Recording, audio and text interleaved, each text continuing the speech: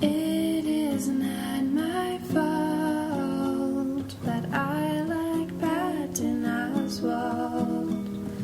It is not a crime that I've got Rob Hubel on my mind. And if it's wrong, don't tell me how, 'cause I'm not gonna stop liking Judd Apatow. Hey, this is Ross Payton with Role Playing Public Radio. We're doing RPPR, episode 62, Gencon 2011 Wrap-Up Part 2. And with me, as always, is Tom Church. And we have special guests Aaron and David. Who are yeah, we do, but about... right now they're staring at me. I have a mic and they don't. We, of course, because we only have two mics, we have to rotate them around. So but, for now, I'm just going to look at them over my microphone that I have. As you mentioned, this year's Gen Con was so epic, we had to do 2 episodes about it. And in the last episode, of course, we had Caleb talk about his experiences. So this episode, we're going to focus on Aaron and David, their experiences. Aaron, of course, has been to several Gen Cons, but this is David's first. David's also his first one. Yeah, but we have some different experiences. Dave was part of the costume contest and talk a little bit about the cosplay there. Aaron, of course, ran 3 games of Monsters and Other Childish Things with based in the Secret of NIMH, so we're going to talk about that, and a lot of other things. So it's just going to be a great, smorgasbord awesome of Gen Con goodness and stuff. Smorgasbord. It tastes like cheesecake. So, of course, we have a little bit of news for you guys, as we always do. First off, we're going to the RPPR coupon for Zombies of the World. Just go to zombiesoftheworld.com, and if you buy anything, enter in RPPR as a coupon code to get 20% off for the rest of this month. So check that out. Yeah, Ross needs to sell books. Yeah, I'm a shameless whore. I am trying to sell books. I'm a capitalist. And Ross loves money. Yep. David just said Ross loves money. Yep. Tom has a kitten. Yeah, we got a new kitten. Yeah, so that's news. Tiny little gray kitten named Flipper. Yeah, because he's gray, and the moment he has flipper arms. No, it's not a flipper kitty. Oh, but no, the moment they opened the cage, this kitten leaped out and latched onto my mom's shirt. You tried to face hug her. So that was pretty much okay. Well, that's the kitten we're getting right there. Okay, that kitten, I will say, knew how to sell himself. You have to put yourself out there to be noticed by people. The codependent kitty. No, I said no. This kitten was a good marketer. Good at marketing. I prefer codependent. Knew how to sell himself. That kitten was good. Let's see. I know I said he just rushed right along there, Ross. I know. Yeah, it's Tom's thing. Let's go. Yeah, you mentioned it, Tom. You have a kitten. I mean, what else are we supposed to say? I mean, I don't know, but you could. We're not gonna. He's not gonna be a guest on the show. He's not gonna be. He could be. He's not gonna be talking about the new edition of Cat Wars or Universal Meow System. You can pretend to actually give a crap for a moment. I do give a crap. I mean, I don't believe you. Well, that's your problem, not mine. I mean, that's your problem. You're projecting there, I think, a little bit. I don't think so. I think you're just psychologically dysfunctional. Always. Yeah. Anyways, moving on. While we were away at Gen Con, we did a actual play rapid fire experiment where I posted 4 games within the space of a week. Tom's, GURPS, Modern League of Extraordinary Gentlemen, Judgment Day, which mixed Teenage Mutant Ninja Turtles, Terminator, and a whole bunch of other things. Yeah, it was all over. So I want to I've started a discussion on the Facebook group, the RPPR Facebook group, about how many APs is enough? Was that too many? Some of you are saying yes, some of you are saying no. What are you wanting to see? I'm thinking about in the near future doing about 2 sessions worth of games per week, where if there's 2 short episodes, I'll put them together to make 1 4 or 5 hour episode. Or we'll just, I want to hear from you guys. I mean, I know some of you listen to these at work and have long, boring jobs or commutes, and so we're here to help you. Yeah. We are here to help you. But on the other hand, I don't want to post so many that you get overwhelmed and you never finish anything, because then what's the point of having this awesome, great podcast? If nobody listens to it. So, I got a horrible chill down my spine upon those words. Yeah, Ross. I know. And finally, a few years ago, I started a video podcast called Railery, and then that fell apart when I realized how much work it was going to be, because I am lazy. And also Casey Green, for some reason, didn't want to do all the intense animation work for my lazy, voice acting. Yeah, for 1 a week, Yeah, that was I don't know why you couldn't do that. I know. He'd be my personal art slave. But no, he had to have a life and a career or whatever. So, His loss. The reason I bring this up is because I've I've got a new idea for Railery, which is to bring it back as a video game-focused podcast, sort of a Let's Play kind of thing for weird computer games, where we're going to be talking about, like, I've already posted a few episodes. One is called Hide, about a very weird indie computer game that has...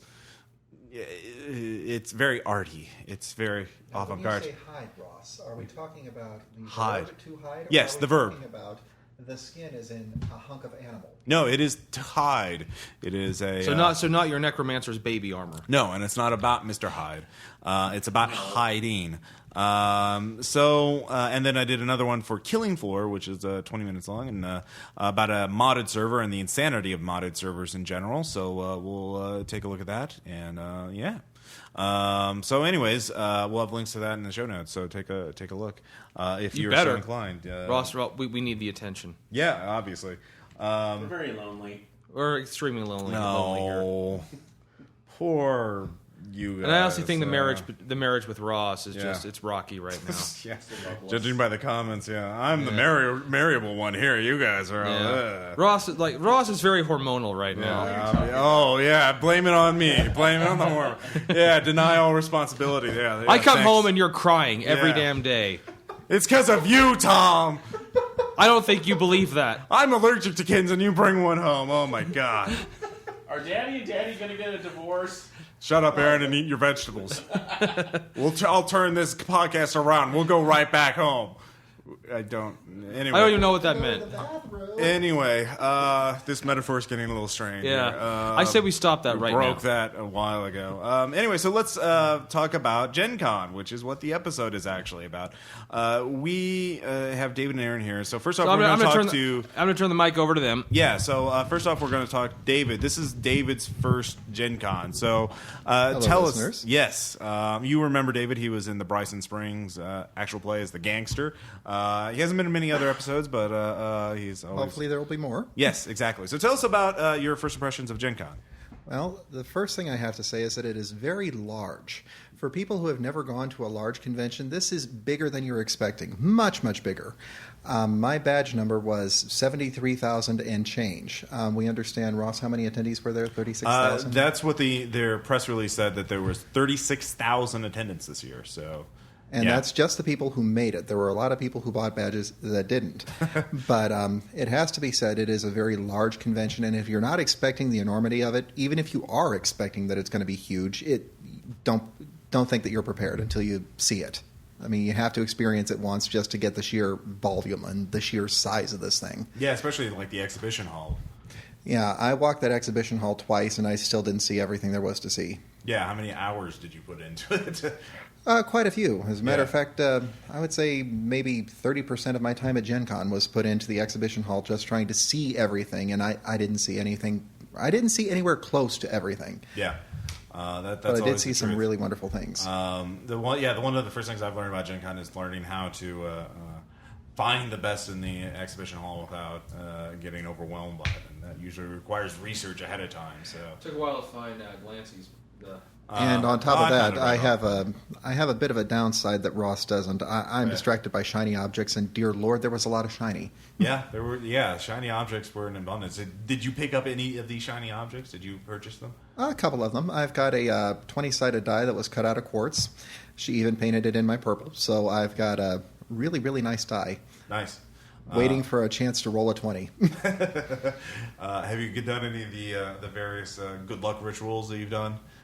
For the die? Yes, I have already soaked it in its customary drink. For those who don't know, my brother and I both follow different schools of dice preparation. I prepare mine through positive reinforcement. I tend to soak my dice in booze. I either use whiskey or rum, depending on the dice. And on the other hand, brother takes a Lord Vader approach to his. Whenever a die rolls a 1 for him, he destroys it in front of the others and makes them watch. Methods that he's used to destroy include hacksaws, hammers, and my personal favorite, the blowtorch. Is that a single one, or is that like repeated? I mean, depends on the instance. We were playing a high stakes. We were actually playing in a ranked tournament for the Warlord card game, and you have to roll a 20-sided. It's basically, for those who don't know, it's D&D the CCG, and he rolled a 1, which was as we all know, a critical failure right when he needed to get a hit. If he would have rolled a 3 or better, he would have hit the target. He rolled a 1, so it's an automatic miss, and that die died that night, rather painfully. First time it ever rolled a 1. Nice. Also the last. Yeah. He still has the halves of that one in with the other dice just to warn them. So you said it's whiskey or rum. What is it for the quartz die? The quartz die I gave rum. Rum. Okay, makes sense. A little richer, a little more refined drink than a coarse whiskey. Well, it depends on the type of whiskey. But The whiskey I... yeah. Well, yeah, but the whiskey I use comes in a bottle with a screw-on cap. What does that tell you? Yeah. Do you live in a trailer park? Yeah. Oh. No. All right. So yeah, your first question, obviously, massive things. Unlike Tom and I, you cosplay. Yes, I did. Who were you cosplaying? I dressed up as Shunsui Kiraku from Bleach. He's one of the Shinigami captains, quite possibly the easiest one to spot out of all of them because most of the characters in Bleach will wear a black outfit. The captains wear a white haori, and mine is the rather flamboyant one that has a flowery haori over top of that. Okay. And got some help from a couple of friends to make that. My friend Mouse actually sewed my obi for me. I've got a friend Angie who helped with the pants. Sadly, though, I have lost weight since I was measured, so underneath the costume, where nobody could see, I was wearing a pair of bright red firefighter suspenders to keep the pants up.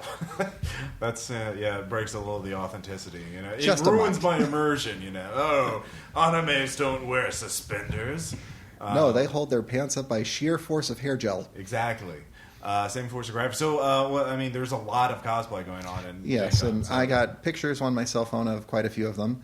Have to say some of my favorites were a gentleman who was dressed up as the Fourth Doctor from Doctor Who. He had the Tom Baker scarf, and he had the Jelly Babies. Full props for that. There were some of the cutest kids you would ever see. There was a little girl in a Dalek dress and a little boy dressed up as a Jawa who would not hold freaking still so I could take his picture.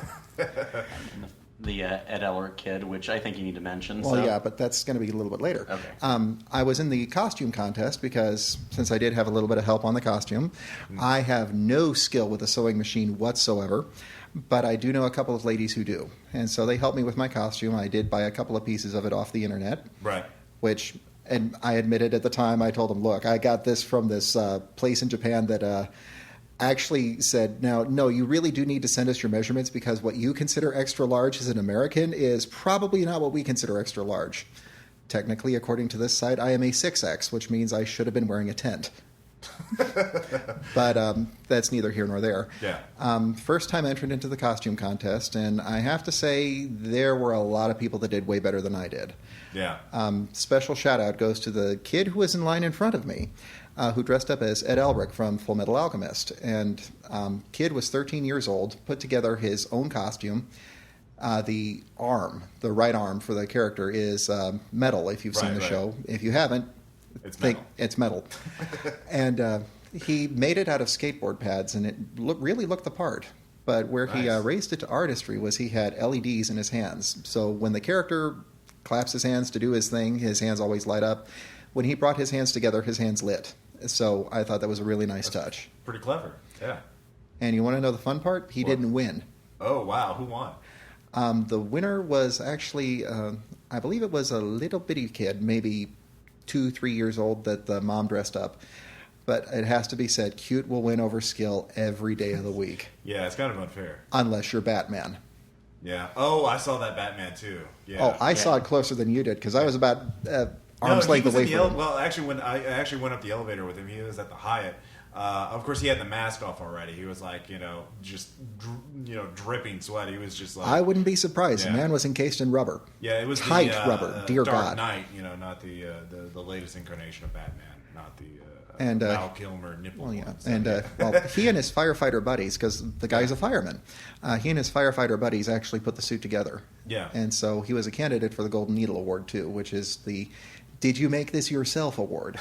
And there are a lot of people that do make it themselves, and lots of skill goes into these things. Oh yeah, no, it's. I will probably cosplay again, but I doubt that I am ever going to enter the costume contest just because I can't compete with these people. I mean, a lot of them are. Hats off to all of them. Some of them I know are like professional, costume designers from Hollywood that just do this as their hobby because they're already obsessed with making costumes. So they bring some serious skill to it. So I mean, it's oh man. So yeah, good. And you guys got some photos of it. So if we can get those, we'll put them up on the site. Guys, check it out. So what else? You mentioned the Heinlein Society. Oh yes. For those who've never heard of the author, Robert Anson Heinlein is referred to as the godfather of modern science fiction. Yeah, if you haven't heard of him, why are you listening to this? Seriously. How could you be listening to this? But among other things, he was very big on civic responsibility, and Heinlein was a blood donor, a rare blood donor. He was AB positive, I believe.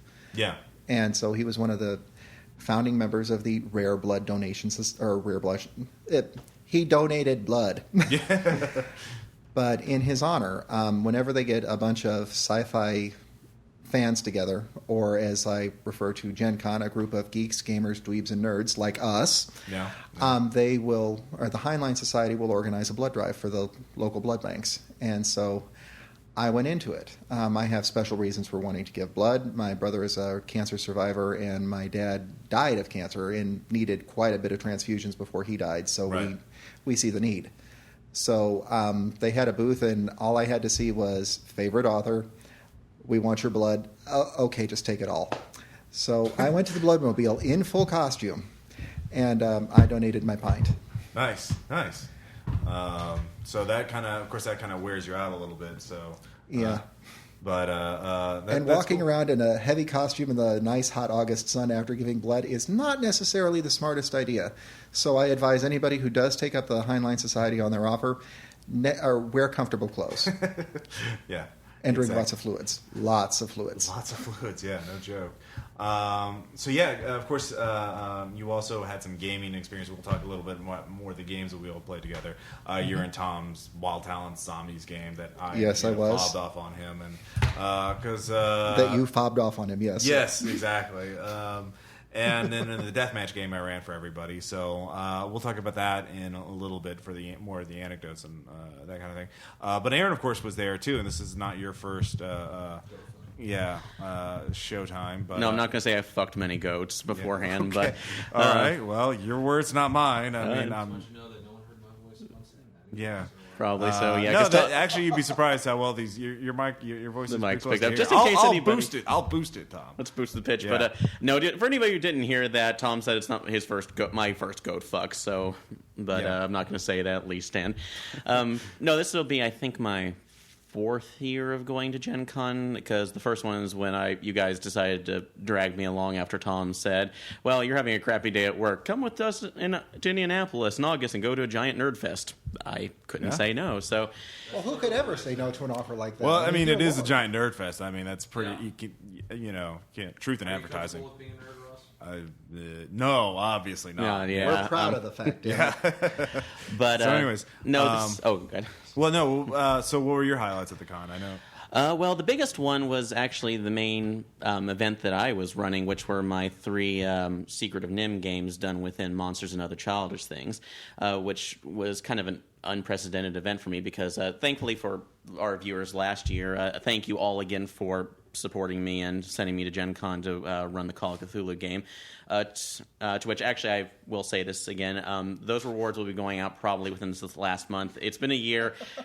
If you want to start barraging my message box on the boards, go for it. You have full rights at this point. Well, you tried poking him with the stick, sharpen the end of the stick. Well, the people who got the preview the episodes, 4, which I could say too, Tad and Amish, your stuff is coming. So, but no, from the other one last year, where I was forced to run that game, it was a really good response, and I wanted to see if I could actually do something of my own material, which came up with the idea of creating a game based around the Secret of NIMH, but adding elements of Call of Cthulhu, primarily because if any of you, I'm guessing, have watched the movie, which when we get to the anecdote, which will be more interesting about what happened, you voicing Nicodemus, the main leader rat, as somewhat mystical, and I always thought, that's kind of odd. All these rats are scientific and engineers. What the hell is his deal? When Brisby opened her the door.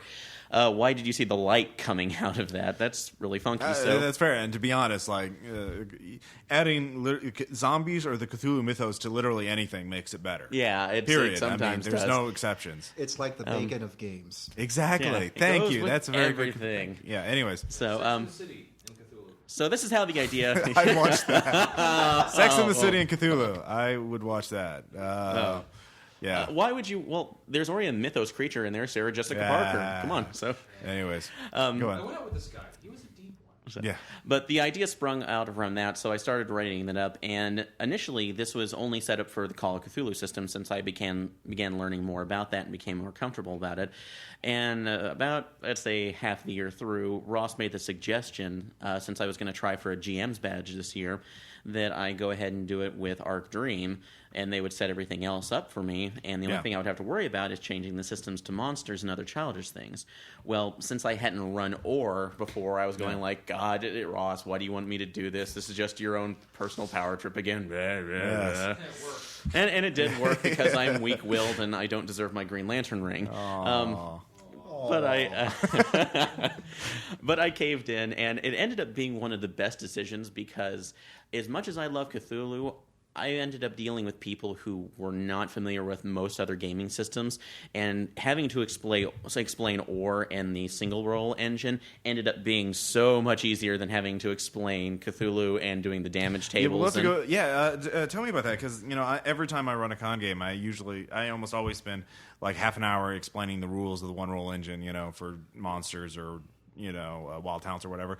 But yeah, so what was your experience explaining the rules to? Not too badly. It did vary between group to group. The very first you one, ran it 3 times. Yeah, right? I ran it 3 times total. Yeah. Just to kind of get it down. And actually, I ended up being lucky because the first group that I ran, 4 of the people I knew, 3 of them were in the previous Cthulhu game that I ran. So you have your own fan club. Yeah, I got lucky on that one. Aaron has And and the third one was Tandoori from the forum. So we had that was Tad, so we were lucky to have him. But really, the main explanation was only about maybe 10 minutes or so of telling you how the dice worked, how they were taken away from your own pool, what skills went through, and God, did we use Notice a lot.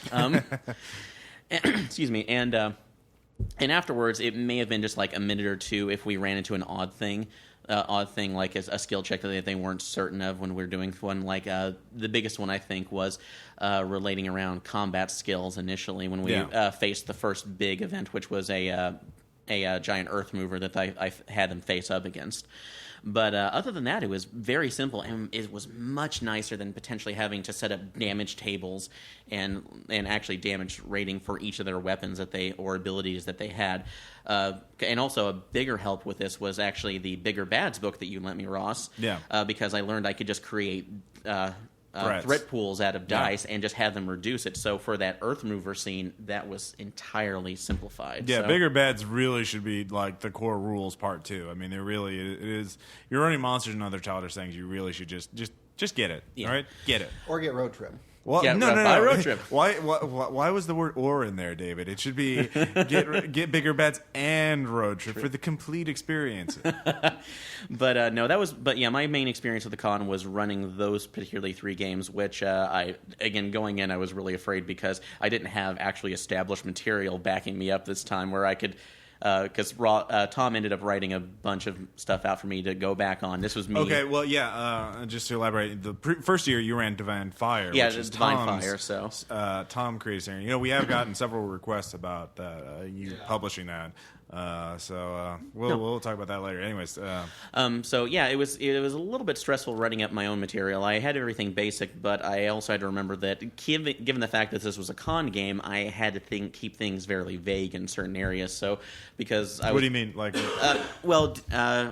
you mean the canon of the Secret of NIMH, or vague like in the rules or mechanics? Vague in the rules and just the general setting. Because originally I ended up writing almost like a 2-page synopsis of details and things that they may run into, but I had to remind myself this was only a 4-hour game. There's no way they potentially could run into all of this, right? And it may end up dragging the game. Like one thing I was going to add in there was an undead version of the cat dragon. Yeah. That would have chased them around if they were outside, and none of the 3 groups ever encountered that. And by the second game, I realized, because we had more outdoors time, really, it would have just complicated things further. It served no purpose because the big bad that they faced was this Earth Mover before going down into the well and the rose bush and the caves underneath. So, so that's one of the things I had to throw out immediately, saying that's fine. Yeah, you have to learn to think on your feet. Yeah, and modify to the player characters because two of the groups We'll talk more about this at the anecdotes section. Later, but, but in general, you feel like you had a lot of trepidation. I know talking about the scenario beforehand, but then you feel like you've conquered that, and you're going to be running more games in the future. Yeah, I actually am because I was lucky enough. All three groups really liked it. Even though the second group they couldn't finish it up because it was they had other things to go to.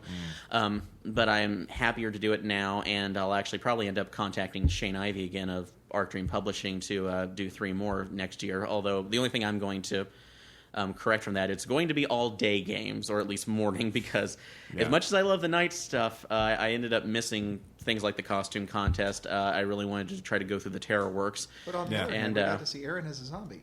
Yeah. From the RPPR game, which we'll talk about later. So to the experience, no, it was really great, and I was glad to go through the convention hall as I was. The only 2 regrets I had this year were one of my vendor friends didn't end up showing up, which I had to contact her later, and the illustrator David Wong was not there, but I'll talk about that later. Have you talked about this before? No, or if you want me to get into it now, I will. Yeah, why don't we tell us about you and the saga of you and David Wong. Of David Wong. So our listeners are too. Yeah, so this is the story of this how it happened. The second Gen Con I went to, I had a influx of cash, so I decided, you know what?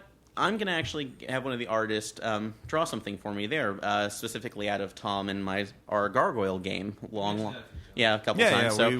But I figured that would be a cool drawing. And as I looked at the different artists, I found a gentleman who his artwork had the very cartoony style that we were looking for, and he did a good job replicating other styles too, because he had like a Harley Quinn and Man-Bat from the Batman the Animated Series. So I gave him and this gentleman's name was David Wong. I gave him the general parameters of it. He said okay, and I paid up front. Mistake. Yeah. Never do that again. And so I left the con thinking, okay, this is going to be about 3 or 4 months of waiting, which I understand. Artists are busy. They have a lot of things on their schedules. Yeah. I just have to ask, you did say that this was con number 5 for you, right? Con number 2. Well, this is my 4th one now. Yeah. The project was praised at the second one, so it has now been 2 years hence. Yeah. So what begins next is probably the battle for the pictures, as I like to call it.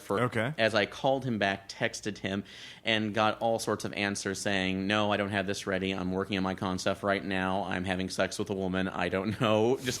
That was exaggerated, was it? I'm assuming so. But it's all a manner of excuse. And finally, it ended up with last year's Gen Con. He said, all right, are you going to be there? Yes. Okay, I'll get it done there. Fine. First day we're there, I go right to him. He apologizes and shows me a sketch. Okay, we'll get it done. I come back on Sunday. It's like, okay, I will not bother you with this. I will give you your time. Come back. Oh, I'm really sorry. I had 8 other people come up, and yours got left on the table. And this really was the difference between 8 people being angry at me versus 1. Well, you shouldn't have chose the 1, asshole. Yeah. But being I didn't really want to start a conflict or be that guy at the con screaming at somebody. So I unfortunately gave him the chance. Aaron, you couldn't be that guy anyway. Well, yeah, I'll try. But Aaron is too noble of a soul. I'm just too meek. That's the problem.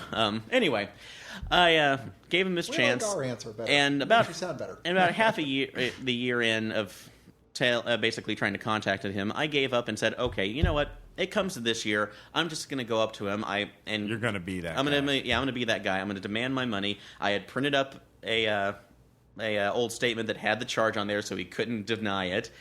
And it was even funnier because when we got there, I told Ian, Violet, and Caleb. Caleb wanted to go just to see me go off on the guy. Yeah, no. So he was really eager Caleb for that. told me about that. Yeah. He was really eager, which kind of bothered me a little bit. And Ian was pissed. He looked livid. He wanted to go there and give the evil eye to this guy through the entire speech. So Caleb and I are at the opening of the dealer room. We go right in. We search for everything. The asshole is not there. And it's at that point I get my phone out. I look up his schedule, and it says Gen Con, tentative. motherfucker. Yep. So if you're listening, which you probably aren't, you everyone stupid listens to douchebag. RPPR, That's like, fuck you, David Wong. You are a worthless artist and a worthless human being. The work has already gone to Ian, and this is what, the third week since Gen Con? Yeah. Third week. He already has almost a full sketch up. He's just doing the paint job on it now. So hire Ian you. Moody and Violet Kirk for your work. Yes, not they David do great Wong. work. And once it's up, I will post a copy of it onto the forum so you can all see. So David Wong can eat a bag of dicks. Yeah, is that what you're saying? is a bag of dicks given carnot. A bag so. of Eat a bag of hell. Bag of hell. So. I was referring to Louis C.K.'s work. Eat a bag of dicks. Oh, well, I don't understand this. Anyways, so of course you also on the lighter side though, you at least you guys stayed at a better hotel, right? Just so for listeners, Gen Con expanded the number of hotels it has. Indianapolis downtown has been expanding quite a bit, like the infrastructure and the hotels and everything. And you're staying at the Conrad, so yeah, the Conrad. Yeah, we were staying at the Hyatt, which was pretty. It was kind of ghetto this year. Well, the one elevator down, the others were slow. So you tell me. We didn't have that problem at ours. Yeah. I have to say that I work through a travel site, and I'm not sure if I can tell you which one, but I got a good deal on this hotel and found out that it was a great deal on this hotel. It was me, Caleb, and Aaron all staying in the room. We paid a decent price for it, I think, and the hotel was way more swank than we expected. We waited, I think, 15 seconds for the elevators every time. They were keycard access. That would be nice. We talked about that. Yeah, we talked about that. Yeah, Hyatt elevators are pretty horrible. Yeah, and David was able in this package to actually get free breakfast vouchers. Well, not exactly free. Basically, the room cost for me was $35 more to get breakfast vouchers, and we ended up getting $200 worth of vouchers, and that was plenty. It was enough to feed us every single day. Yeah, that sounds like it. Yeah, and the place that we ate at in the hotel called the Capitol Grill was rather amazing because you walk in, it's all mahogany walls around it. There are pictures of stern Republican-esque people staring down at you, and one of the items on the menu is lobster eggs Benedict. Nice. This is basically eggs Benedict with the ham removed and lobster substituted. I have never in my life woke up and said, you know what I want this morning? Shellfish. But if I had wanted to, they probably would have had it. And pretty sure that they don't have waiters walking around with pepper mills. I think they just have gold dust that they sprinkle on their food.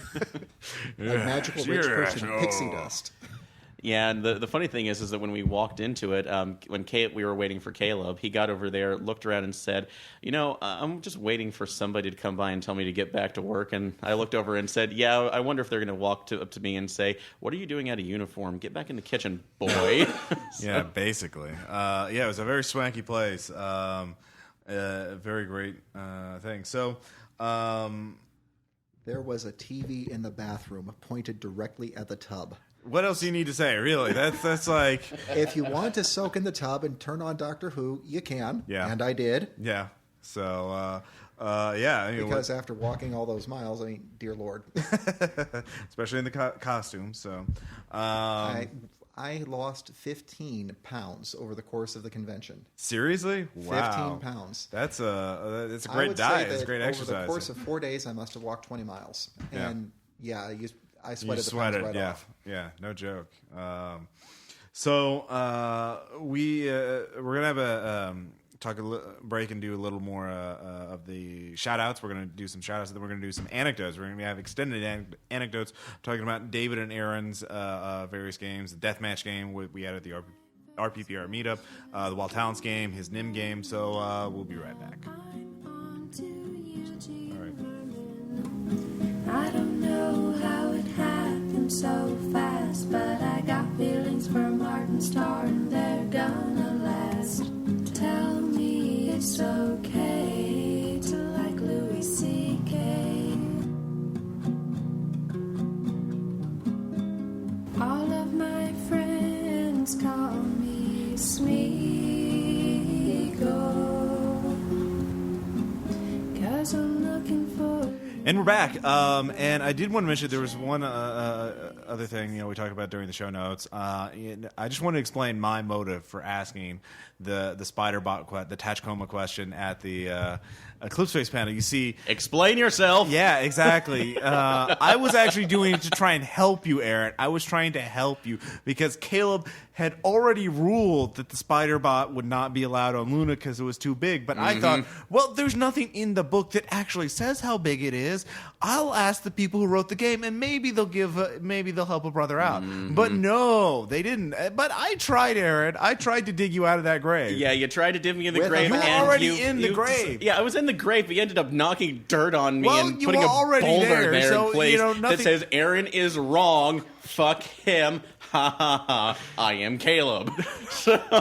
It's nothing venture, nothing gain, Aaron. I had to take the risk, and it was perfectly justifiable, and I can't, you should be thanking me for trying to help you. I'm going to thank him right now when I take a flex bot and start screwing around with that all day long. So I have to say here, when Ross goes to help somebody, it's about like going to see a doctor and having the doctor pump another round in you for a gunshot wound. Well, I mean, I could see that. If you shoot the first bullet out with a smaller bullet, then there's a net loss of lead in the person. So, no, Ross, I understand you didn't go to bat for me. I'm a master of player logic. But unfortunately, you went with the I'm helping logic, which, like I said, only furthered to, that's like puncture me even more. Well, so. What's this, a deep bleeding wound? Here, let me rub some salt on that. That'll help it. Exactly. Yeah, so. Salt makes things clean. It's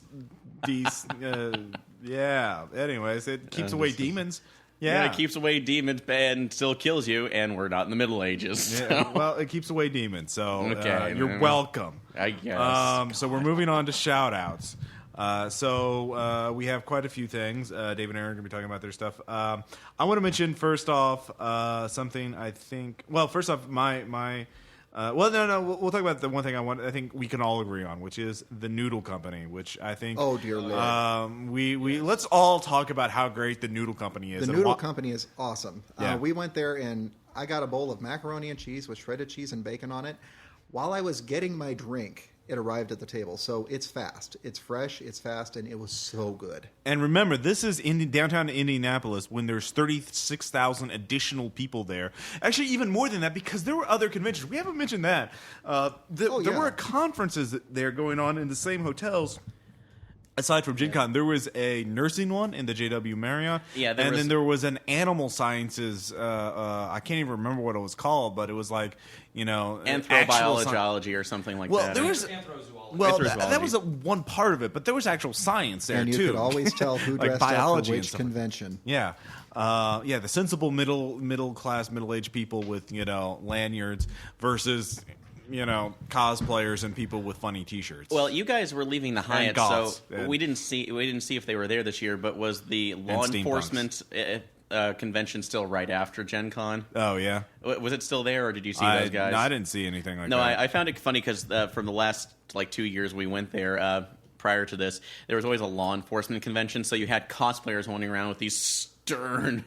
It's like guys with crew cuts and weapons, all holding weapons on their side. So it was always hilarious. Well, to be see fair, cops like. In my personal experience, cops like. At least they like LARPers, vampire LARPers, because I think I mentioned this on the show before. But I went to the vampire LARP in Springfield. There was one in Springfield downtown at the town square late Sunday nights.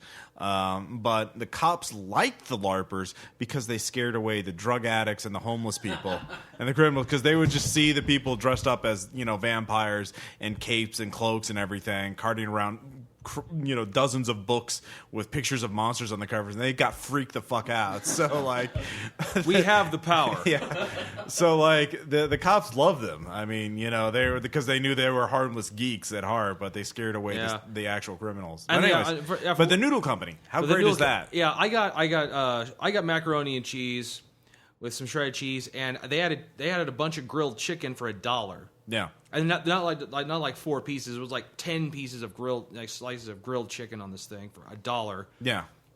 And it came within 2 minutes tops. what I don't know is like, why isn't there one in Springfield right now? I do not know. Why is there not? Why has capitalism failed us? Why has society? This is failed something us? I want. This is a crisis of. This is the real crisis of capitalism. Yes. There's not a pan, noodle. Because I had the Japanese pan noodles, and man, that shit was good. And it was. If I can't have my White Castle, you guys can't have. Yeah, David has a thing for White Castle, but they're nasty. Well, White Castle. The sliders are nasty. I like the chicken sandwiches and the fish sandwiches. No, but the actual I'll stick it for the sliders. Fine, you no do that. pickles, but otherwise they're fine. But pan noodles, they're good for you. There's like sprouts and broccoli and like health food. What did you get, Aaron? You didn't say what you got. I didn't get anything because I was not present. I was running my game. Give us the mic back. God. Yeah. Aaron, what the hell? You guys didn't go back during it. Well, you can go by yourself. I mean, there are. It's right there. It's right by. And once again, Ian and Violet, they're the ones that mentioned it to me and talked me into going there. I went last year, actually. Well, we're not talking about that, Ross. I know, but I went. But this it was year my too. first time there. Yeah. It was delicious. Yeah, and even though it was a huge ass crowds and it was cheap. Yeah. My God. Yeah. It's like $6. $6-7. Maybe And as $8. Tom mentioned, even though there was a huge crowd, we didn't wait in line for very long. I think we were in line less than 5 minutes. I was in line in 20 minutes, but that was like I was at prime rush hour, at like dinner time. I mean, it was ridiculous, but I mean, it was literally jam packed too, wall to wall. And I still got it. We still ate in like 40 minutes, which is like including waiting in the line. So like 20 minutes to eat, 20 minutes to wait, and then 20 minutes to eat, which is redonkulous. Anyway, And it was also filling too. I mean, and they have vegetarian food. I went to some of the Art Dream people. Simeon and Omega are vegetarian, and they got vegetarian food. So not quite as good as grilled cheese not quite as good as macaroni and cheese with bacon or grilled chicken. Well, less on it. animal murder, David. Less animal murder. So that's a plus. Fuck them. I'm at the top of the food chain, and I didn't get there to eat broccoli. All food is murder. No, it doesn't count if they don't have cute eyes. That or Yeah, something but see, like that. that lettuce is still alive when you're eating it, so at least I have the decency to have my food killed first. Well, it makes me stronger. I don't know. Let's talk about other Ross, things at Ross, Gen Con. have you looked into a cow's eyes? Yeah, There's nothing there. There is. No, there isn't. There's stuff. Or you look into a chicken's eyes. There's nothing there. There's stuff. They have no soul, Ross. They have no soul. Just like you. Well, you have dead eyes. Yeah, I mean that's true. But that's let's talk about other things about Gen Con. That's not fair. Let's stop getting derailed. Ross is not soulless. Ross is a monster. Get it right. Yeah, he has a soul. He just keeps it in a little bitty box so that he doesn't have to be bothered by it. So for shout-outs, other things, there was, I talked to one of the people. Actually, I had some repeat players, too.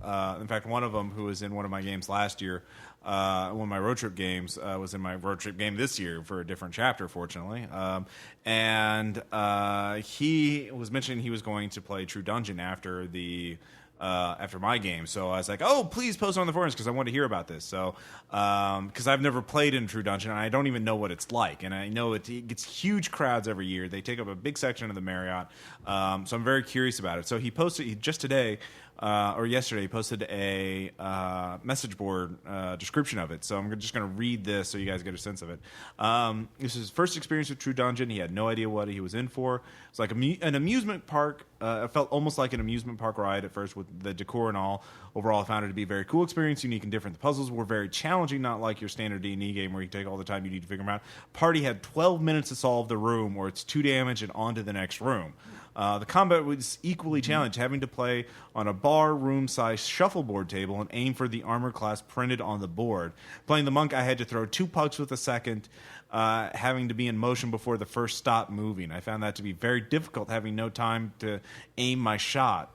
My only real complaint was having a party of 10 people. Working on puzzles was almost impossible, having to shout over 9 other people to get your voice heard. The decor, low lighting, and music made it feel like a real dungeon, while the puzzles and combat were very challenging, but not impossible. Overall, I'll give it an 8 out of 10. And then thank you again, Ross, for running the game and signing my books. And it has to be said, too, that the swag bags that we picked up all had a free token in them. Mine had a dirk. Never got to use it, but also looked through the coupon book, and I could have actually gotten quite a few more tokens. I could have gotten, I think, 6 tokens total. So yeah. Could have walked away with a nice fistful of weapons. Nice. About the size of a And actually, silver Shalzar also posted, who is also in the RPPR meetup. So he writes, first year doing it, and the rest of our group, 7 others, were veterans and helped supplement our equipment and give us some advice on what to do next. We rocked every single comment, destroyed the boss in 1 round. Next year, we plan on playing on Nightmare, doing the heavy run. For the most part, we rocked the puzzles out fairly easily. The one that stumped us, with one that stumped more than just us, it was the unfastened chains puzzle right before the last room. My friends and I had a blast, and are totally going to be doing it again. We're recruiting more people, but getting all 1 time slot is hard. I'd give it as far as 9 out of 10. So, yeah, it sounds like an interesting experience. So I might see if I have time for that next year. Well, if you don't, Ross, I will. Yeah, I'm definitely. Because I to really see it. want, and again, TerraWorks, I really want to try that as well. But so talking about universal things, and we of course picked up a lot of things at Gencon. At this time I want to talk about one of the books I got, which was Stealing Cthulhu, written by Graham Wheatley, I believe. It's a book about how to take the Cthulhu mythos and give it a new spin. It's a very bite-sized, like a very easy book to pick up and just read at random pages. You don't have to read it beginning first, because they just break down every single entity, like Bayaki or Deep Ones or the Migu, and like, oh, here's something you can do with it. Here's another idea. Well, what does this really mean? What is this monster really about? What's its theme? What does it represent? And they also have, like, what's really cool, handwritten notes from other people like Kenneth Haidt and other Lovecraftian experts, so you can get like several different perspectives on what to do with the Cthulhu mythos. So if you're thinking about how do I make the Cthulhu mythos more awesome in my games, then get Stealing Cthulhu, so you can steal ideas for Cthulhu. So yeah. What about you guys? David, you picked up some stuff, obviously. Oh yeah, have to pick up a couple of different items just because it's Gen Con. You have to have souvenirs. Exactly. One of my favorites, aside from that die, I picked up the Volume 2 of the webcomic Looking for Group, and I was lucky enough to meet both of the fellows from Blind Ferret, Lars and Summer, the writer and artist, and I've got my book signed by both. They were very pleasant to deal with. It was really, really nice to meet them, as opposed to a lot of artists that you walk up to them and it's like, go away, kid, you're bothering me. These two, not so much. They were actually very happy to see me. They were happy to see any fan. Nice. And of course, Looking for Group is the sort of vaguely World of Warcraft, I will admit I got dragged into World of Warcraft almost entirely because of this webcomic, and I'm not looking back. I play WoW. Pity me if you want, but I've still got a level 85 mage, so neener. And if, of course, I'm sure some of the listeners will be like posting in the comments, what server are you on? So Malygos. I'm on Malygos. Malygos, okay. So am I. Okay. So, As is Tom. everybody but me is on Malygos because I don't play WoW. Because Ross sucks. I'm a monster. Yeah, You beat the addiction. I did because I actually got bored of it. But that's another thing. So that was your big purchase. Aaron, did you pick up anything?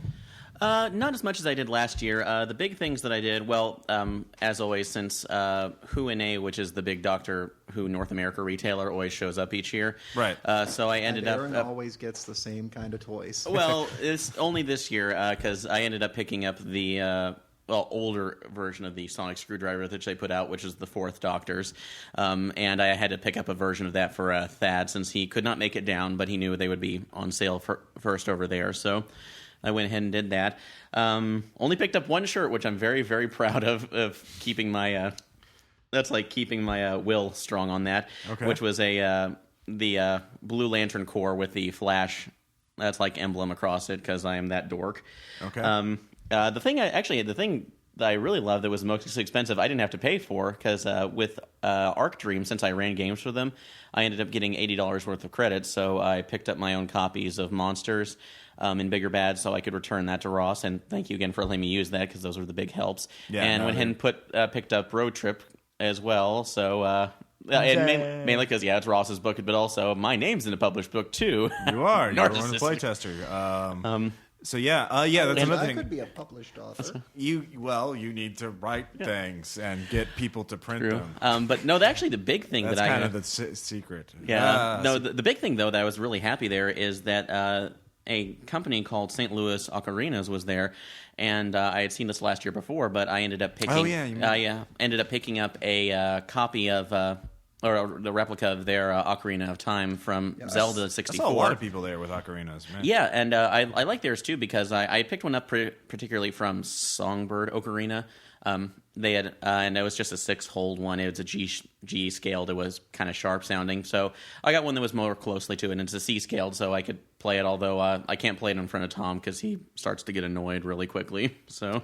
All right, we'll put a link up to that if you're a big Ocarina fan. So, but no, and they have more than just the Zelda replicas, which again they're pulling in the nerds like myself. Luckily, though, I kind of a music major, so I was on both sides of the spectrum. But they have a lot of other well-toned ones there as well. So. Cool. I will say also, going back to your Arc Dream thing, if any of you RPPR listeners out there want to run games at Gencon next year, talk to the people at Arc Dream. We'll set up something where you get rewarded for running your game. So not just will the other people will cheer at you, or it'll be the oh my god, thank you for running this awesome game. You actually get monetary compensation in this sense that you get free books and stuff. So, and anybody who's interested in running a game there, they can do what I did, which was if you're running at least 3 games, which equal to like 72 hours game time. Yeah. The con will give you a free badge under the Game Master link. And so I had my badge completely comped. I didn't have to worry about purchasing it this year. Free badge, which is $60. Yeah, and it's running the games too. It's not like doing and the you don't volunteer. have to wait in line for it either. Oh god, yeah, Tom. I'm sure Tom talked about this already. Yeah, no, Tom did talk about the 2.5 hours, 3-4 hour wait or whatever. Right. Yeah. But yeah, they see. I lucked out. I got up at the butt crack of dawn, got into the will call line because I had I purchased mine early, the same way. But the thing is that you have to get into the will call line to get your badge. And I woke up at 6 o'clock in the morning, got into the line, and I still waited an hour and a half. Yeah. There were that many people. Of course, I woke up late, but I had a press badge, so bastard. Yeah, screw you, Ross. But you only have to spend, hundreds of dollars on equipment and spend hundreds of hours setting up the podcast, recording, and editing. It's a total scam for a free $60 badge. But no, the badge is very well. It was a lot of fun to have that, which gave me $70 to spend on useless crap again. But also when you did it with Arc Dream with fun, and hopefully they'll do the same thing next year. You get $5 per ticket that you had in your games. So, and I had 2 people missing. So, whereas I would have gotten $90, I only ended up getting $80. But still, $80 netted me 3 decent books. That was for this year. We don't know what they're going to do for next year. Probably similar, but we don't want to say it will be this. So, when it comes time for that, that'll probably be around January. Beginning spring of next year when they really start figuring that out. So, but keep that in mind. Run any game from Arc Dream or Delta Green, which of course is now going to be a standalone game. So sometime in the and I have to say far from the future. Other side of things, I didn't run any games, but I played in several. And one of the most fun experiences of the con for me was getting to play with new people. I wanted to play at least one game where I did not know a single other person at the table, and I got to do that. Cool. Which one was that? Was that the zombie game, or was that the deathmatch game, or was that some other game? I can't count either of those two as games where I didn't know anybody else at the table because, Ross, I know you. Yeah, I know Tom, and I know Aaron here, and Caleb. Yeah. But I did not know the other fans from RPPR, and it was a fun experience there. Well, but what was the game that was totally new then? The game that was totally new, I got to playtest a board game. Okay. Called Seven Wonders. And the fellows who were explaining it, obviously English was not their first language, but they still did a fairly good explanation, and we muddled our way through, and it was fun. Cool. But I have to say, though, that the Zombies game was equily fun. Okay, we'll get more into that in the anecdotes. We still have a few more shout-outs to do. Aaron, you mentioned there was a game, in fact, that you didn't get to find out much about it, but the name was so great, you just wanted to give that a shout-out. I wish I had the book with me because I love the description of it as well. It was called Hobomancer, and I think it was just like another one-roll engine system that was like one-roll engine. Yeah, it was a different one, but the whole basis of it is that that hobos were actually modern world shamans who traveled the rails, basically battling evil spirits and influences in small rural America, which I love the idea. But unfortunately, the game was going on when I ran my very last one. So we'll have to dig up a link for that because that does sound interesting. But I if I could do, I actually do have two other person shout-outs, though. First one, obviously, is Shane Ivey, just for the opportunity to play. And thank you, Ross, for putting me in contact with him, because he was nothing but helpful and awesome for the entire time. And Shane, thank you, man. And I look forward to doing more games next year. And the other one is Adam Scott Glancy. When I was putting up, when I was getting my books, I was able to pop around and talk to him briefly and apologize because I wanted to be at the game but couldn't. And I told him what I had played, and I love his reaction. He just shook his head and said, Aaron, you have taken a classic children's movie and somehow forcefully injected horror elements into it. What's next for you? Finding Nemo? And I kicked myself because I knew the perfect response 2 hours later as we're driving back. I wanted to say to him, and this is what I would have said to you, well, there is the deep one angle on that. You can. It's like you're going over the edge. Nobody goes over the edge. Yeah, exactly. Well, I think we all know what Aaron is going to be running next year. There we go. Yeah. I can't. You could. Well, you have all year to think about it. So. Finally, I want to mention two shout-outs that we haven't really that aren't connected to Gencon, but I found them in the last few weeks, and they're pretty great. One is a webcomic called Hard Boiled Shaman, talking about hobomancers as shamans. Hard Boiled Shaman is a webcomic about Siberian shamans, but done in the style of film noir, like a hard-boiled detective shaman who's trying to figure out why this kid's sick, and it's the other shaman, and he has to go. I mean, it's just really bizarre, but I could totally see a game of Dirty World being done with shamans and magic and like animal helpers who are assholes and like, what are you going to pay me to help you? I may be an animal helper spirit, but I want food, jerk, you know.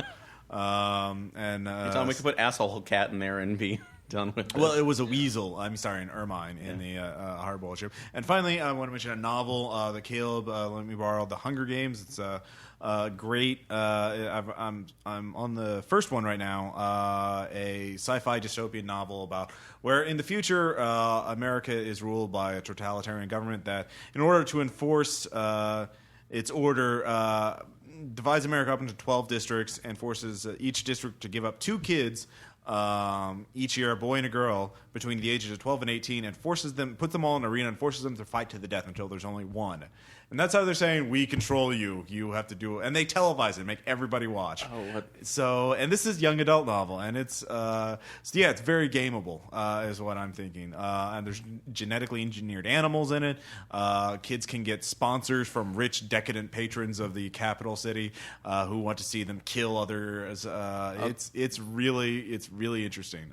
So it's like the young adult novel form of what was that? Damn it, Battle Royale. Thank you, Battle Royale. I was trying to. It's very, very I could definitely see it in Battle Royale. So it's a trilogy of novels by Suzanne Collins. So check that out.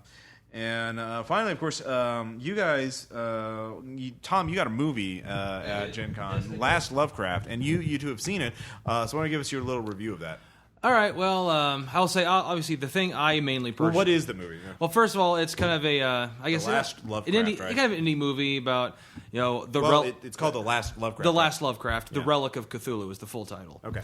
And it's basically about the Relic of Cthulhu, or half of it is found, and the Council, which is all it's called, which is we protect the world from the mythos. Mm-hmm. They decide they have to give the other half to the last surviving relative of H.P. Lovecraft to protect it. He finds out Lovecraft was able to write it down because he was actually immune to the sanity sucking and whatnot. Nice.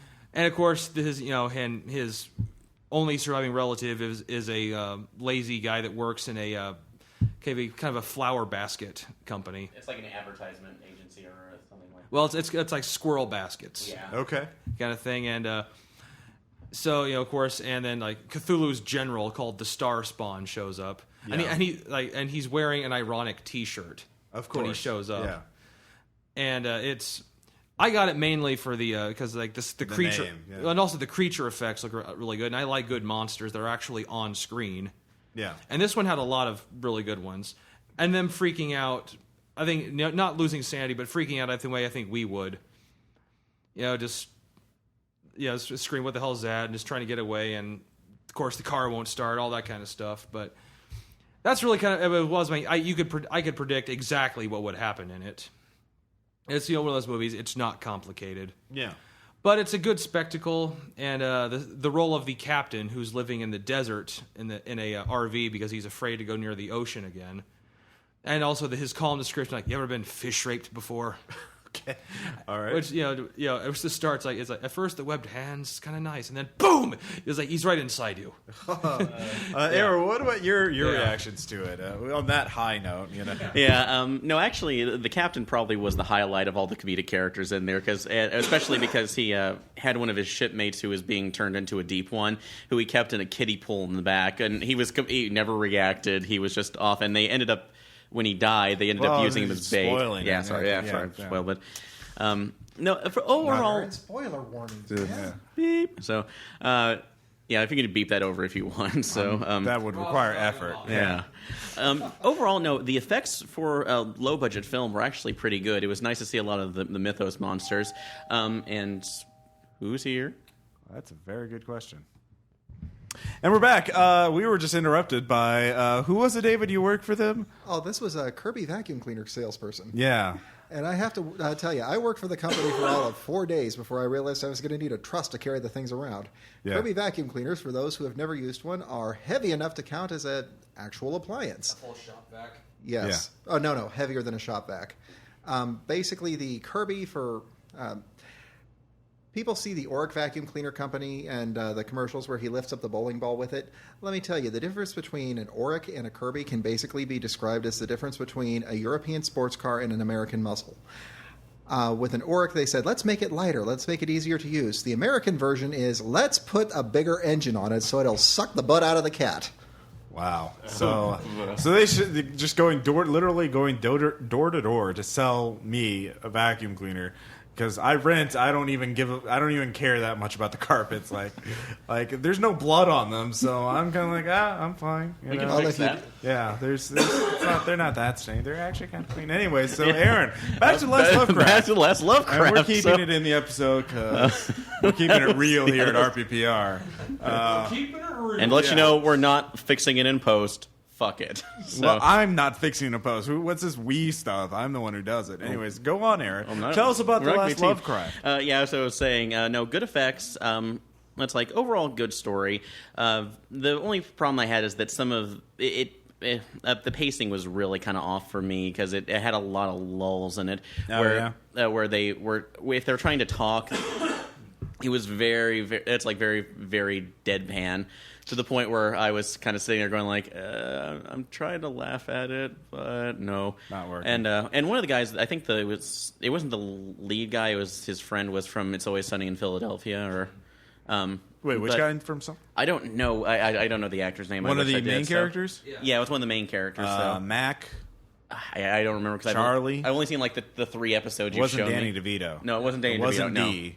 No. It was one of the 2 guys. It's one of the 2 guys. Well, there's 3 of the guys. So, he's on the cover if you want to get it, Tom. Dennis, so Dennis, the guy who has Dee's the sister. Well, that would I require think somebody so. getting up and walking Dennis earlier. is the skinny one who doesn't show off his muscles and isn't and he's crazy. just, he's Didn't just really do low. Kinsman's, so that was Yeah, I think that's who it is. So, Dennis. but All right. we can pull the cover later. He's on it. I feel like doing it right now.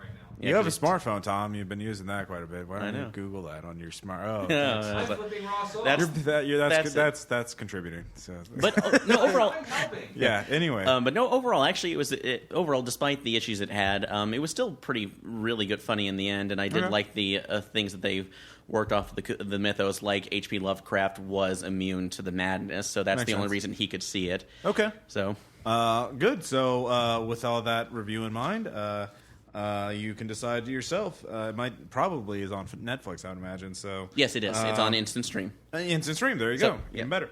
All right. So finally, we got through all the shout-outs. We have the anecdotes, and of course, when we're talking about focusing on David and Aaron's games. So David, first off, actually, the first game to talk about is actually one you and Tom played, and I played, but Arkham Horror, the board game. I've talked about it quite a bit on the show. So what are your experience? This is your first time playing it. This is the base game. Well, it was fun. A lot of the games that I played over the course of Gencon were fun, but this was lots of fun. You basically play different investigators wandering around the town and trying to stop the horrible, horrible otherworldly things from coming in. Right. Which I just described any Cthulhu game that there is, really. Yeah. Seal the gates and stop the Ancient One from waking up, basically. Yes, and randomly decide the Ancient One. We ended up with Yog-Sothoth, which means that if you get lost in time and space while you're in the other world, you're devoured. You're dead. Yeah, instant death. And a couple of us experienced the instant death. Lost the Magician rather early on. You were playing him, right? Yeah, I was playing the Magician Dexter to start Drake, off yeah. with. And after that, I started looking through the different characters and realized the perfect one to play for this is the Nun, because she can never get lost in time and space. True. Yeah, that would be, for Yog-Sothoth, that would be a good idea. For Yog, she is the perfect character. Yeah. I just started late enough that I had a completely unarmed Nun, and we ended up with some really big random monsters pulled out of the bag. Chthonians come to mind. Yeah. Oh, yes. We had Chthonians, which are big and scary. Yeah, graboids on And every time steroids. they move, everyone takes a damage. Yep. Well, actually, I think you have to roll a die. There's a 50% chance. No, we No, did no. it. Although I think we did it. We had done it wrong, but every time they moved, we all took one down. Okay, well, if that's how you played it, that's how you played it. So your experience is a fun board game worth playing again? The board game? Oh, yes. Yeah. Okay. As in Arkham Horror? Definitely yes. Okay. I think it'd be even more fun with more players. We had 6 of us, then it went down to 4 of us, then Yeah. we had 4.5 because we had Zombie Aaron, but he really didn't play much. But Yeah. Aaron, do you even remember anything about Arkham Horror? I remember that the board looked nice, and Ian and Violet had a whole slew of tokens in front of them that I didn't understand because I wasn't reading the manual when I was Yeah. supposed to. But Tom, you played a full game of it. Well, first of all, I have to comment. I've never seen anyone eat pizza in a more maudlin state of exhaustion than I watched Aaron do that night. Okay. I mean, it's it like was sad. I mean, he was like staring. Who knows where? I came Off. from a 5-hour game. Yes, but it was fascinating watching you. Your eyes were just staring, and you didn't barely even look at the pizza you were eating. A few times you missed, and then occasionally, oh, there it is. Wow. It was truly amazing. Poor Aaron. I do have to say one of the gamer skills that we possess that Aaron does not is we can survive on our body weight in caffeine. Yeah. Aaron apparently does not imbibe. Yeah. Well, The Mountain Dew was flowing, and as was the Starbucks. And I have to say, after the 5th Cafe Mocha Latte Frappuccino, I just said, fuck it, it's a milkshake. Yep. There you go. But Tom, so Arkham Horror. Okay, but anyway, the game itself. Actually, yes. I loved it. It was just. I mean, well, okay. It took us about an hour to get the rules down right. Yeah. But once we got the feeling for the game, had everything was going, and we were just we could rapidly go from turn to turn. It was actually really fun. And I really want. I wish there was more of it, which is why I think if we ever play it again, we need some of the expansions. Yeah, there are quite a few expansions. And apparently, we won, which it doesn't happen very often. No, like I said, I've played like 6 or 7 games. I've won twice. But yeah, I still love playing the Gangster Duke since he starts with a Tommy gun and dynamite. Yeah, no, which is pretty much like the weapon package of 20s Cthulhu. Yeah, no, it was a good setup. And of course, I got to draw 2 random common items, I got a Derringer and a shotgun. So I had a lot of weapons on me. You did, and I was also the only one of 2 that survived with their original character intact. Nice. So Arkham Horror, a big thumbs up from RPPR. And a big thanks to Ian and we were Violet. Big thanks to Ian and Violet for bringing it. Yeah, no, because that's an expensive game too. Now you ran Wild Talent Zombies this year, but David was actually one of the players, so we already talked about your experience of running the game. But David, what about you playing the game? Did you were playing the Invulnerable Waitress? Yes, I was playing the Invulnerable Waitress. Gotta love the random luck of the draw. And No, you got to choose. well, I was the last one. Yeah. Basically, I bought in with generic tickets. Yeah. And so I said, if there is a leftover, I will take it. But basically, everybody got to go first, and I ended up with the Invulnerable Waitress. And I kind of have to smile because out of 2 games that I played in, I got to use the same improvised weapon, I broke off the head of a broom and used a broomstick to great effect. Just so you guys know, when I was planning the Wild Talents character, that particular character is modeled after a webcomic called Dead Winter, where the main character is a waitress who uses a broomstick slash mop, or no, a mop to fight zombies. So I just gave her invulnerability. So, but still, gotta love the broomstick. Yeah. So, particular favorite moments in the game? Well, one thing that just kind of got the eye twitch. One of the characters, the old granny, chain smokes Virginia Slims, and I happen to have been out of my cigarettes, and my brand is not much different. For those who have never seen my brand, if they were any more gay, they would have lipstick on them right out of the package. Nice. So as a chain smoker, it's like, nice, Ross. Nice. To be fair, I didn't. That was Caleb's idea. He insisted that she smoke Virginia Slims. So he was the one who came up with the idea with doing the old lady in the first place as one of the characters. And he said she has to be smoking Virginia Slims because that's how she'll trigger her pyrokinesis. So, yeah. Yeah, and I gotta love the idea of a little old lady who's chain smoking on a walker and what was it, flaming Reagans? Fire Reagan. Again, that was what Caleb ran the character in one of the playtests, and he was like, I'll have Fire Reagan attack the zombies. And like, I was like, oh, okay. I just suggested to the other player that he do that, so I guess he took that suggestion and ran with it. So. Actually, he didn't. I just remember the description is like possibly flaming Reagans, but for the most part, I think he just basically set things on fire. Yeah. One of my favorite roles that he pulled off was, that I really wish I could remember your name, sir, and my apologies. Who was he playing? The one who was playing the old lady. The old lady. Managed to set the asphalt on fire behind us and melt the highway enough to slow down the robot. Nice. That's very clever. I tried to give the characters versatile powers so that they would be able to do that. Creative things like that. So that's the first time that's happened in that game. I hadn't thought of melting the tar. Nice. And the funny part to me, too, was that out of all of us, the perky, spunky young waitress was the one who actually had gun skills. So I ended up with a shotgun at one point in time. There you go. Yeah. Well, the criminal, I think, had gun skills, too. Oh, yeah. Shalazar and I both broke out the shotguns. Well, of course, he had telekinesis, too, so he didn't really need shotguns. But whereas I just had invulnerability, which means I would have worked great as a projectile weapon, and thank you very much for nobody thinking of that one. And Patient Zero tapped you. Yeah, I got tapped. And by tapped, what was that? I went after Patient Zero because I was right up there. I said, well, I've got the invulnerability, so that means that I can walk right up and get the goop out of the back, the spinal fluid. Yeah. And so I went up, stunk the needle in, drew it back, and Patient Zero woke up and was not too happy about that. So I tossed the needle aside and smacked him across the face, which has to be said, not my brightest move. He big daddied you, didn't he? Oh, yeah. I got punched through the containment tube and the window at the side. Luckily, on the 90th floor. Yeah. Ouch. Luckily, the fellow with the stretching powers was able to catch me and fling me back, and actually slingshotted me directly at it. And so I gave Patient Zero some chin music, and I think I tickled him. Yeah, I think invulnerable characters can be used as projectile weapons in Wild Talents. They have rules for it. I think they have penetration for every point of armor. They have hard dice, so you would have had 5 points of penetration with that attack. So, well, if that had worked, or I mean, if we'd have known about that, I think I probably would have actually hurt Patient Zero a little bit. But as it was, his armor absorbed all of the attack, and I basically got a look of, you did not just try that. Yeah. Nice. So did your character survive at the end?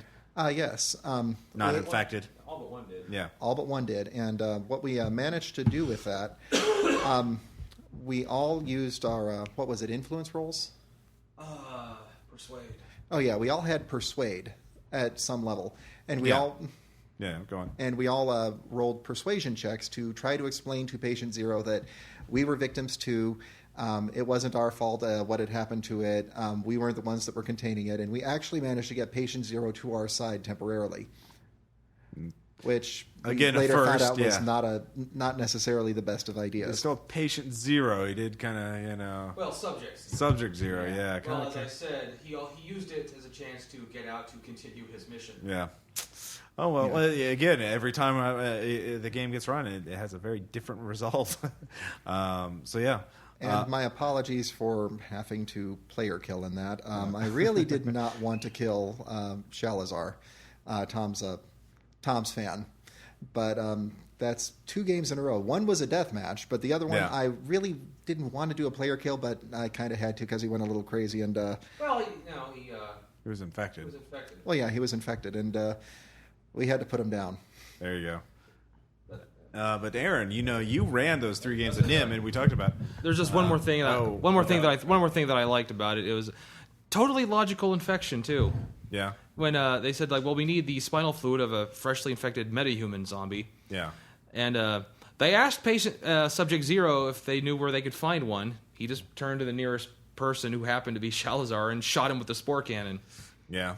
That would he would. Even do that. Shalazar thought actually that makes sense actually. And when he got to become a zombie, he really loved that. Yeah. It was beautiful. Nice. So Aaron, you ran 3 games of NIMH. So how did that go? They all went actually very well for what each of them were. Like I said, beforehand, or actually I didn't. Sorry, I didn't. I had everything prepared, but unfortunately, due to situations here, I didn't have a chance to do a play test with you guys. Right. So sadly, the first group that I went in became my play test group. But I was lucky in the fact that again, I had 4 people that I already knew there. So they. Tad and the 3 people beforehand, so they were very willing to play around with it. And with that one, the only regret I have is that I had to kind of speed along the ending because I had one instance where Nicodemus basically he's dead, but he's communicating through the dream lens, and whomever reaches the book he was writing in, which I was calling the Burning Chronicle, he would he would talk to them. And then give him the rest of the exposition that they, Oh, what was that? The Mousenomicon, so the Ratonomicon, So Yeah, it would be the the Ratonomicon. Yeah, that's right. Sorry. So it still works. But no, they were really great to play with, especially Tad. He ended up remembering more about the NIMH movie backstory than I had remembered, including since he was playing a doctor character who was underneath. Mr. Aegis, thank you, David. He actually remembered a couple things like a nettle bomb that was used on one of the cats. It's like, I'm going to make one of those for the humans. Awesome, go for it. So, no, Tad was one of the standout players for that one.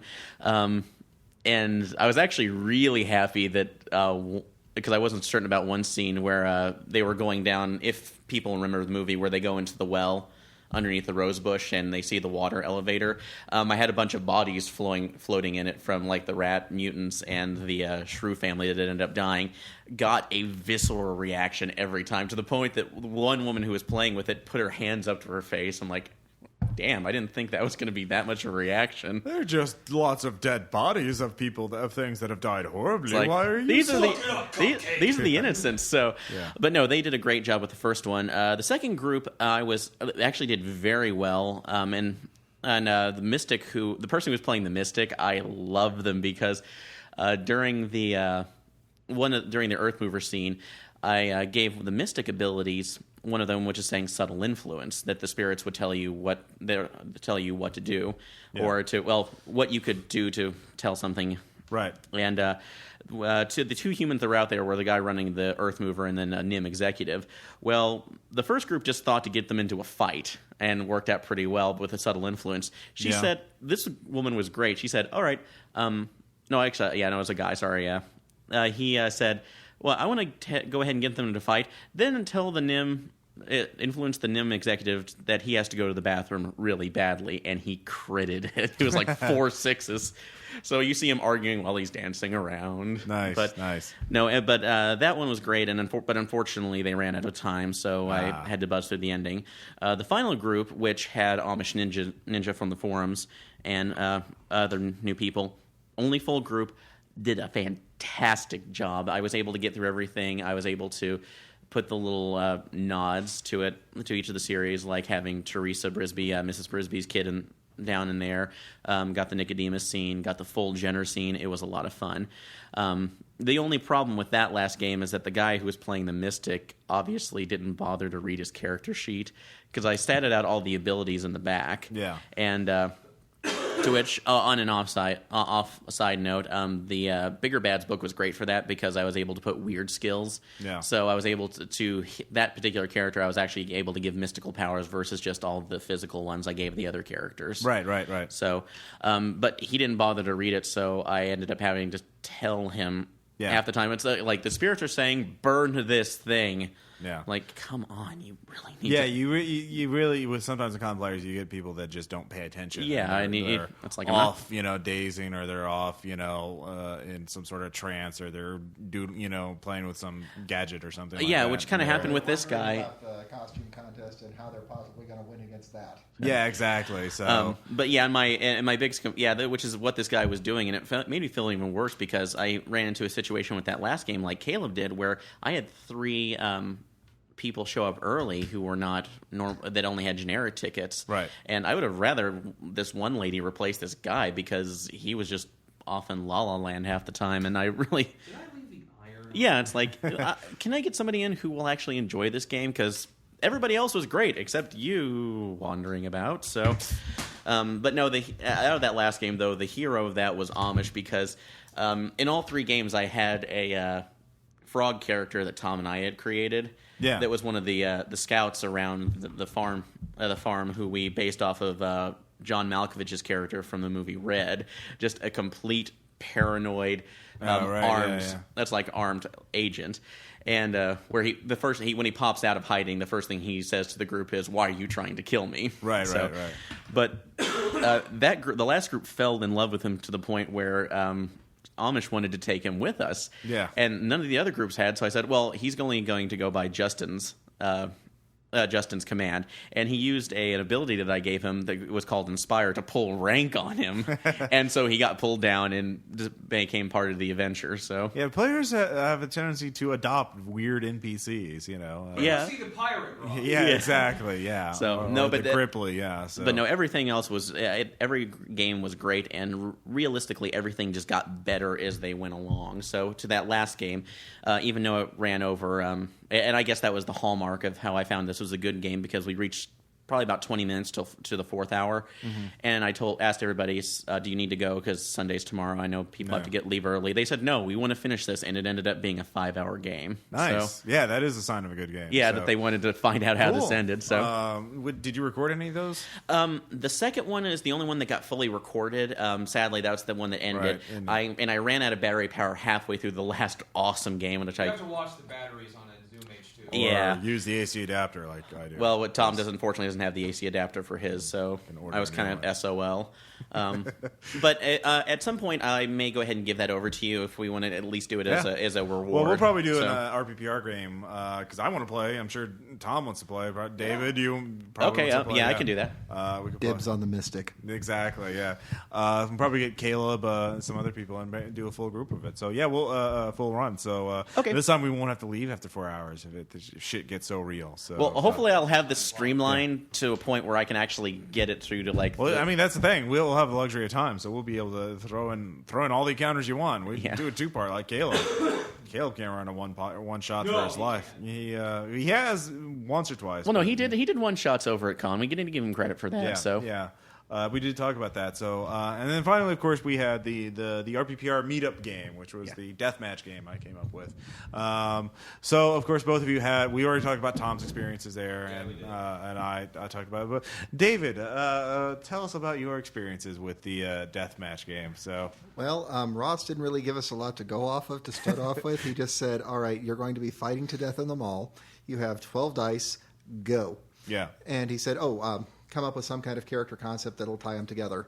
So I pulled on my Walmart experience and I made a Black Friday shopper with 4 dice in find it on sale, so that I could basically find different items, and then, or if I was looking for something, I could find it on sale if the dice worked for me.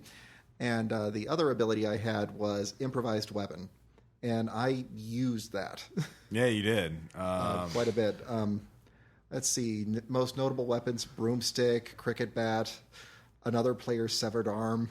Yeah, that was fun. We used one roll engine for that with hit locations, but I didn't like once a player lost all the dice, all the box hit points in one of their hit locations. I didn't say, "Oh, you're starting bleeding. That's it. Your arm's off. You just got your arm severed." Yeah, and if you had one leg, you could still hop. I mean, And I do have to say I'm particularly proud of the one die distraction thing. Ross said.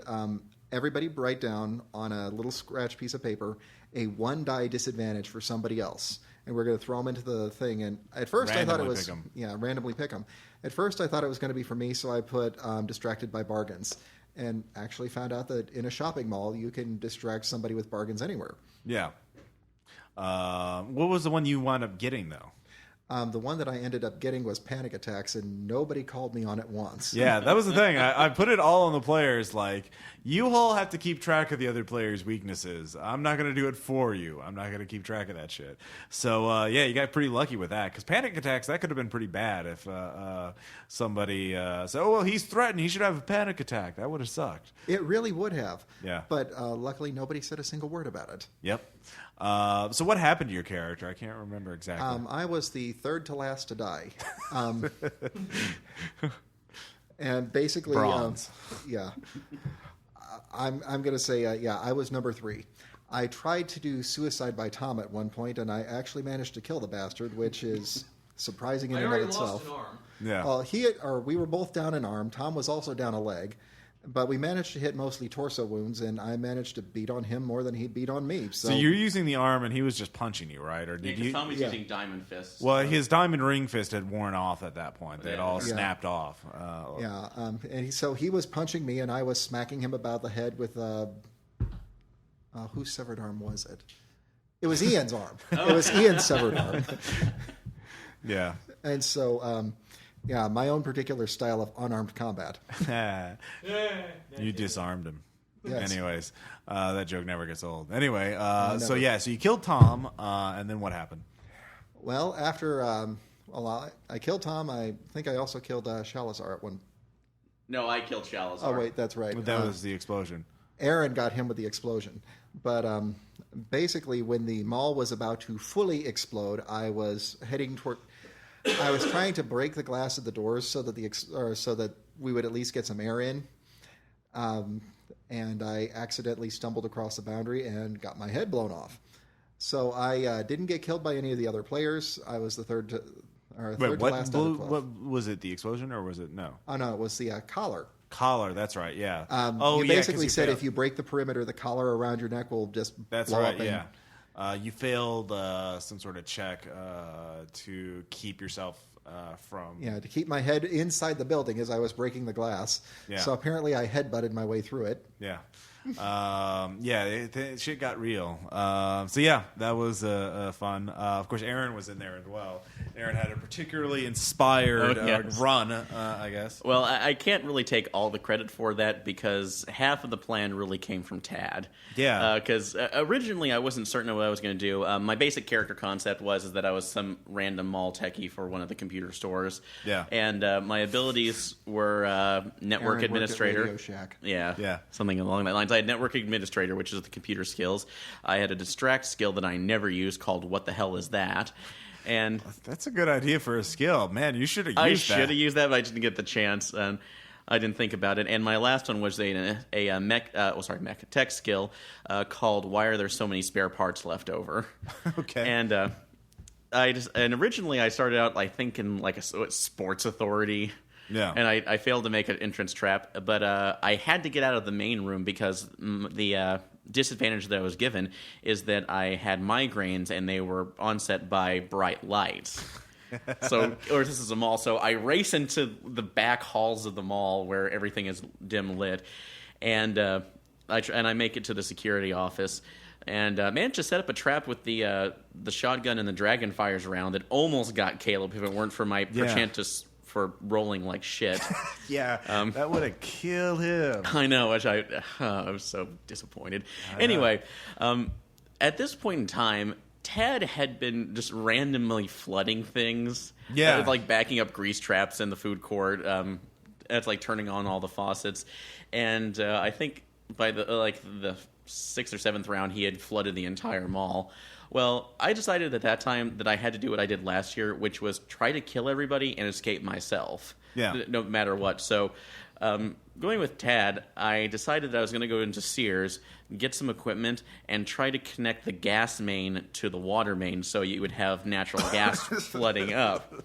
And my hope was that while this was happening, I could find some safe room, hide in there, and if Doctor Who has taught me anything, a small steel safety room will survive a massive explosion. Also, Indiana Jones. Indiana Jones in a refrigerator nuclear explosion.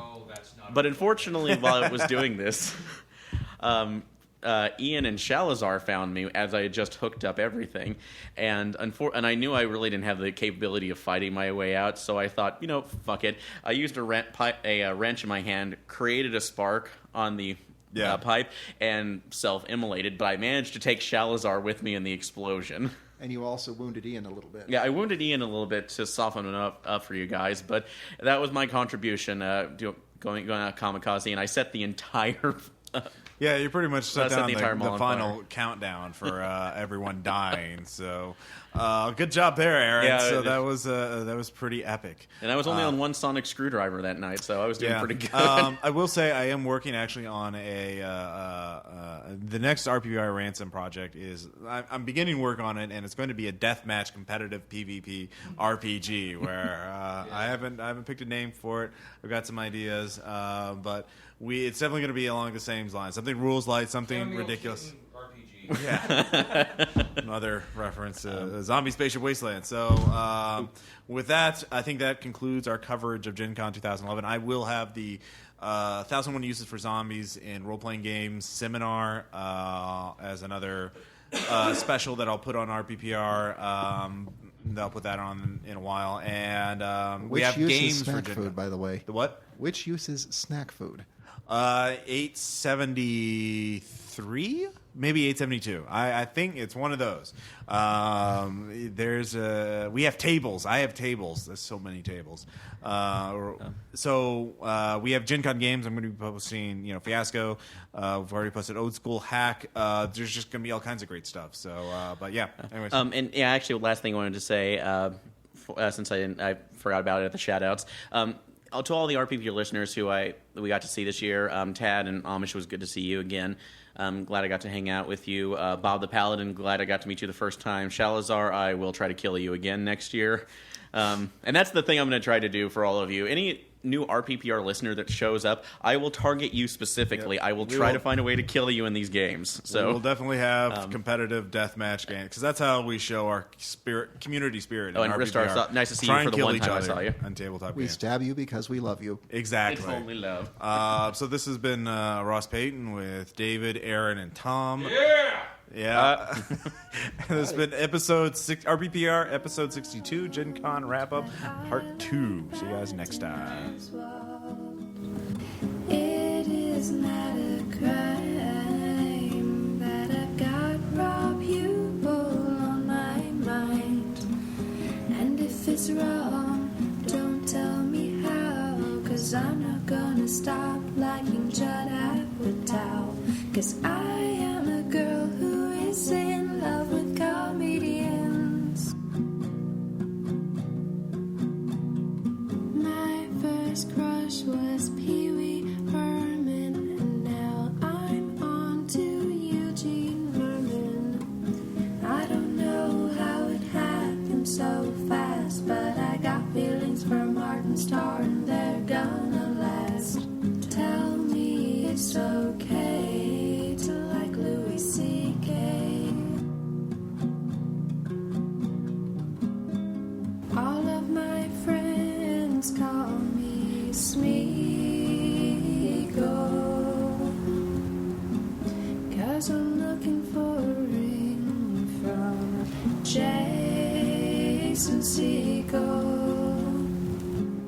It's not the money that turns me on. No, I'm not interested in Benjamins, except